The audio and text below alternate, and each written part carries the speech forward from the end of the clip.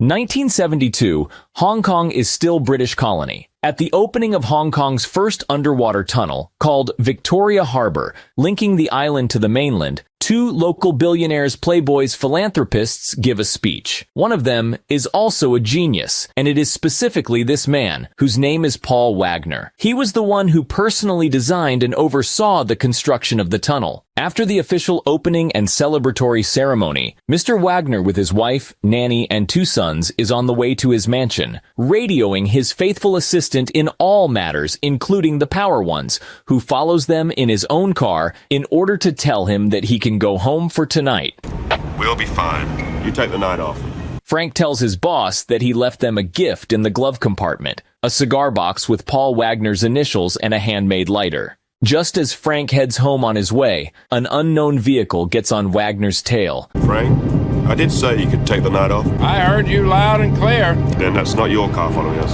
Oh, isn't. Frank quickly turns around and heads towards the Wagner mansion. Outside the mansion, Asian strangers with malevolent facial expressions are already waiting for them. Bolo, the big guy, starts firing a shotgun at the car. A shootout ensues, during which Paul Wagner is killed. His business partner, accompanied by some Chinese man, watches the shootout from the distance. Paul's wife is also brutally shot by Bolo Young. Just as he is about to kill the babies, Frank comes up and kills a good dozen of scoundrels with accurate shots, including the brutal big man. He tells Nanny to take the children and get away, which she does. However, from the infant screaming from the car, he realizes that the nanny was only able to carry off one twin. The big man stands up again, only to catch another of Frank's bullets with his cheek. The man grabs the remaining infant and goes away. Bolo, like some sort of Terminator, rises again and wounds Frank in the shoulder. Running away, Frank spots Paul's partner and realizes who organized this ambush. Griffith. In the morning, the nanny drops the baby off at a Catholic orphanage. Frank and the second baby are smuggled out of Hong Kong. 25 years later, one of the babies named Chad, whom Frank raised as his own son from the age of 6 months, enjoys working at Frank's fitness center in a stretching group. The boy has grown up quite spoiled by female attention, likes to flirt, and show off in front of ladies. A detective comes to Frank, and he asks Chad to replace him in the karate group. Take over the karate class. Like this? One of the problematic students decided to troll Chad for his very unusual outfit that doesn't fit in the karate class. During the conflict, Chad calms the troublemaker down with a sedative Uramawashi. Meanwhile, in the office, the detective shows Frank a photo of Chad's twin, Alex. That second twin turns out to be a very famous man in the criminal world of Hong Kong. Without going into any details, Frank tells Chad that they need to go to Hong Kong for some important business. Uncle Frank. I'm not your uncle. You're not my uncle. Suddenly, after 25 years, you're telling me you're not my uncle. At first, Chad is not too eager to leave his comfortable spot among beautiful slim ladies, but Frank manages to convince him. Upon their arrival to Hong Kong, Chad is amazed by the city's rich infrastructure and intends to explore it in detail. However, Frank says they need to stop by one joint first. Wearing pink pant shorts, Chad, accompanied by Frank, walks into a mahjong bar. What is this? It's a mahjong parlor. The bartender calls him chief and pours him a drink. Afterward, same bartender assesses Chad's slightly gay outfit with a dismissive gesture. A wild Asian man slides into the bar and hands Chad a wad of Hong Kong bucks. A leggy blonde enters the room and begins openly flirting with Chad, who is completely clueless what is going on by this time. She admits to being flabbergasted by his outfit and beckons the guy. Frank gives him sound advice. Go on. Go see what she wants. I think she wants to talk to you. Finally, being just on their own in the back room, the girl bossily starts unzips his shorts. She is surprised to see him wearing silk underpants. Silk underwear. But they are interrupted by Alex, who knocks Chad out in a cocky manner just with a headbutt. Coming back to his senses, Chad hears jealous Alex attacking his girlfriend for touching another man. Look at it, faggot. He looks exactly like you. look like me? You, of all people, should know I would never in my life wear black silk underwear. Frank clears up the situation by informing the men that they are twins, fatefully separated for 25 years. Cocky Alex dicks around aggressively talking to the uninvited guests. You've got both of you 10 seconds to get the fuck out. And refuses to believe that the wimp is his brother. But Frank eventually manages to convince Alex to just listen to him. He tells them that their father was building a tunnel, but in the middle of the project, he had financial difficulties, and he had to take Griffith as a partner. In his turn, Griffith secretly borrowed a large sum of money from the Chen criminal family. When the tunnel was completed, they decided to get rid of the idea leader of the project and ordered his murder. They wanted to kill the babies too, so that the whole empire would be passed on only to Chen and Griffith. But the true heirs of the company, which by the way is the richest in Hong Kong, survived, and now these two can claim their rights. Alex doesn't want to get involved because he doesn't believe that anything can be changed, but Chad is up for anything except hunger strike and is ready to try his luck. So that the two men don't get lost in the unfamiliar underworld of Hong Kong, Alex condescendingly agrees to help them settle into the city. While Alex is transporting his guests to the island by boat, Frank notices his AK-47. What's a piece for? Just in case. Case of what? A boat with local speculators approaches them. Alex sells them 2 brand new Ferraris to be shipped to communist China. The trunks of both cars are stuffed to the top with all kinds of goods scarce for China, cartons of Marlboro, and cases of cognac. After receiving a briefcase full of bucks, the businessmen notice police boats. The buyers think Alex set them up and want to get their money back. You set us up. No Mercedes, no cash. However, Alex and Frank manage first to scatter the Asians without returning the money and handing over the cars. Then they get away from the police pursuit by dropping new Ferraris into the water and setting them on fire with an AK-47 shot. Apparently, they had some strong, highly flammable cognac in those trunks. After the incident, over the lunch, Frank asks Alex what he plans to do next with their tunnel. Now what do we do about your tunnel?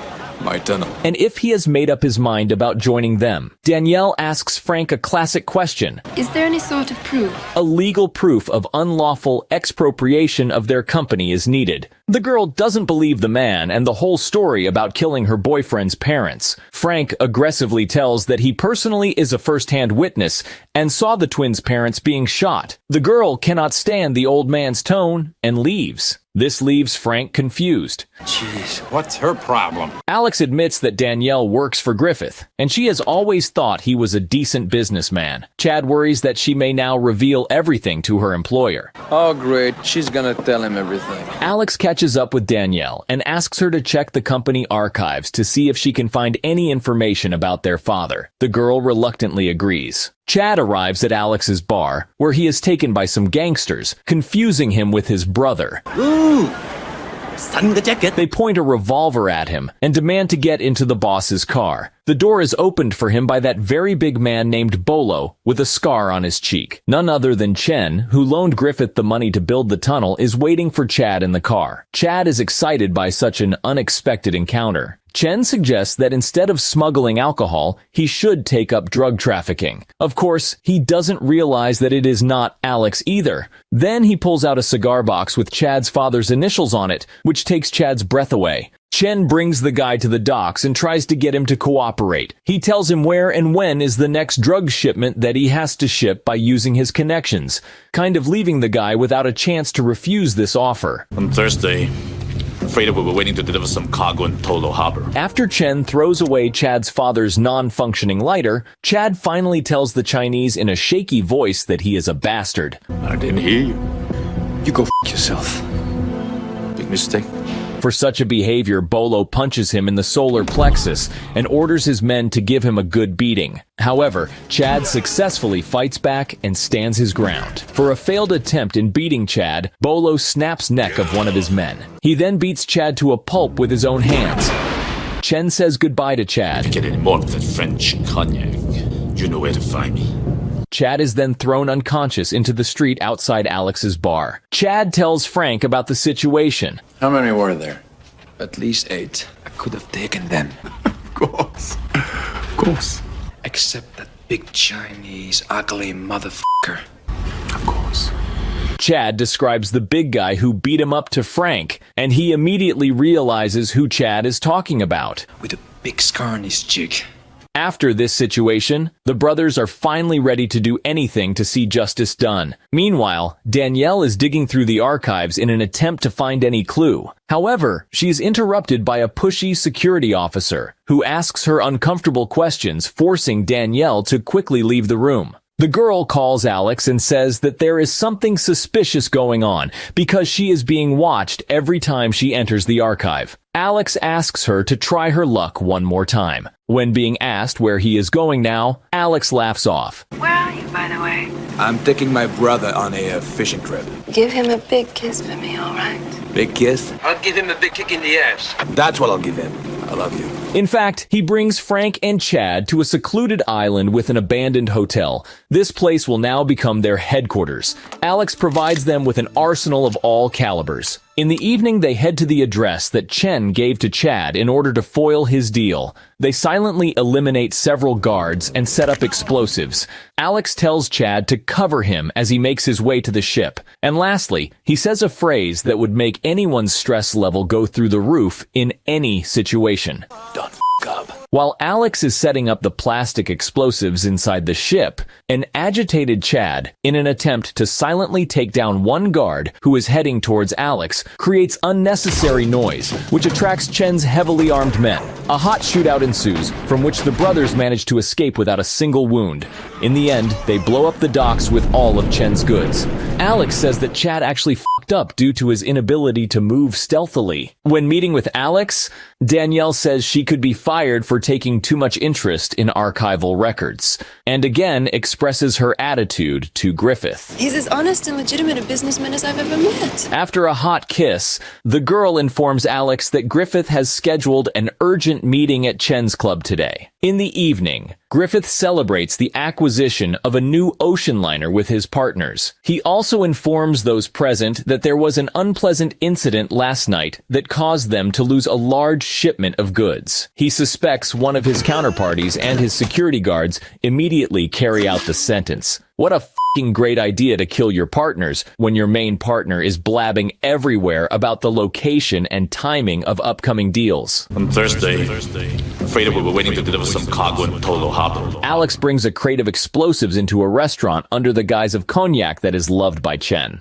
Hey, Alex! Didn't think we'd be seeing you around here so soon. Those scars healed pretty good, didn't they? The security guard successfully brings this crate to the boss. What's that? French cognac, sir, from our friend Alex. And then it dawns on Chen that they may have just killed the wrong person. He knew about last night's shipment. Invite him in here. A sleek Chad disguised as Alex bring in a second crate of explosives from the back door. Frank, with a radio detonator, waits for his turn in the hall with some escort girl, who actually tells him the truth, by the way. You are very handsome man, like Sean Connery. I mean, he really looks like Sean Connery. The guard approaches Chad and demands he follow him to the boss. Frank signals him, and Chad falls on the floor.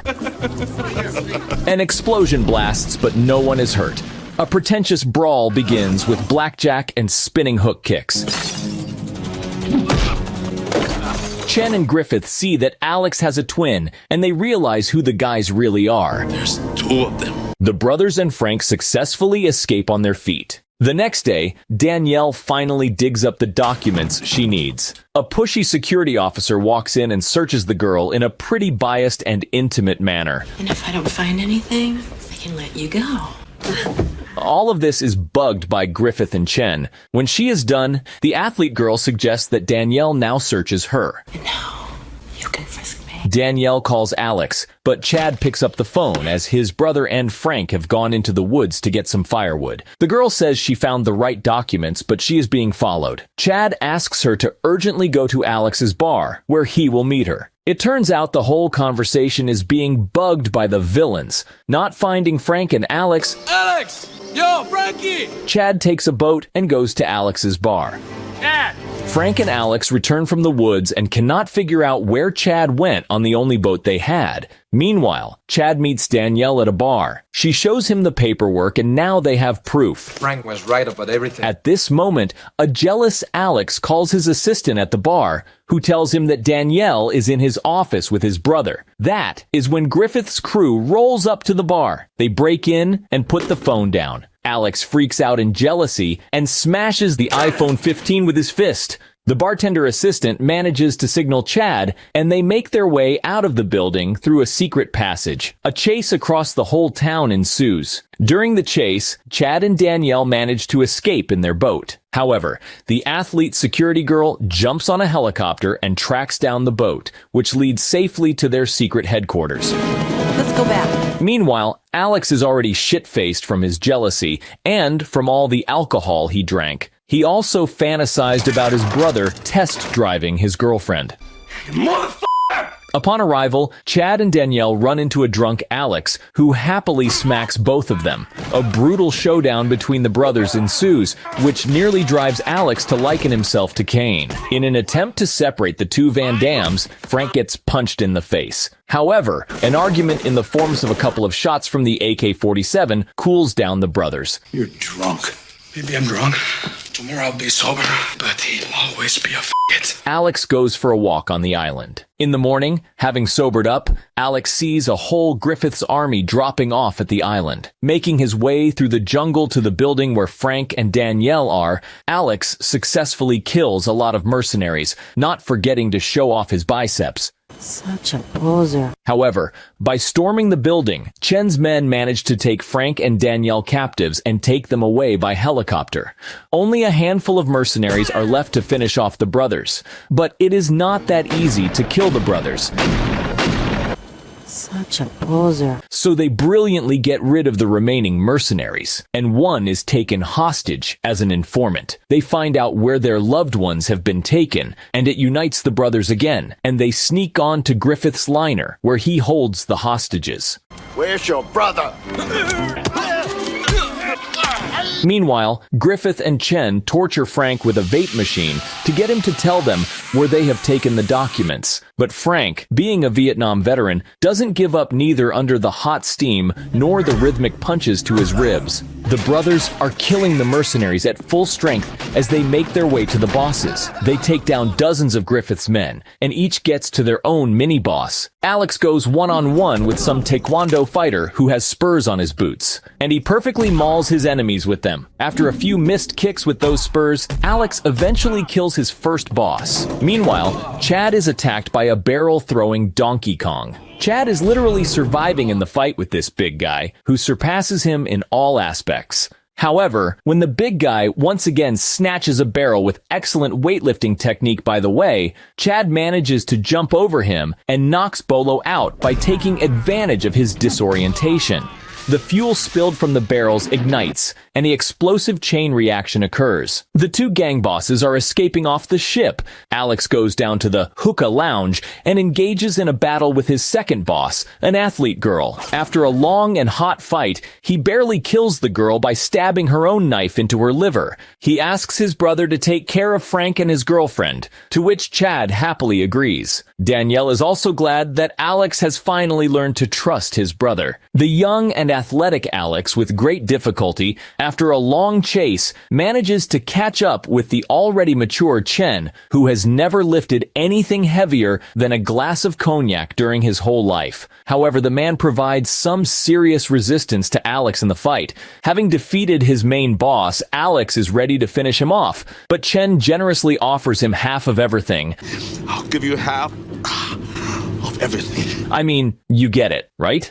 The cunning Chinese man offers Alex half of Alex's inheritance so that Alex let him live. Alex doesn't buy it, however, and throws Chen off a crane. Meanwhile, Chad and Danielle are trapped. Griffith on a loader tries to crush him with a container. Chad saves Danielle by pushing her between the containers and jumps into the water himself. Griffith gets out and fires at the water. In the meantime, Chad gets out of the water from the other side and climbs into the loader booth. He drops a 20-foot container on him. Such a poser. The wounded brothers finally hug each other, and everyone is happy that they managed to kill half of Hong Kong so that justice could be served. Well, that's all for today. I hope you enjoyed it and liked it, and I guess the comment section is full of comments about Ferraris and AK-47.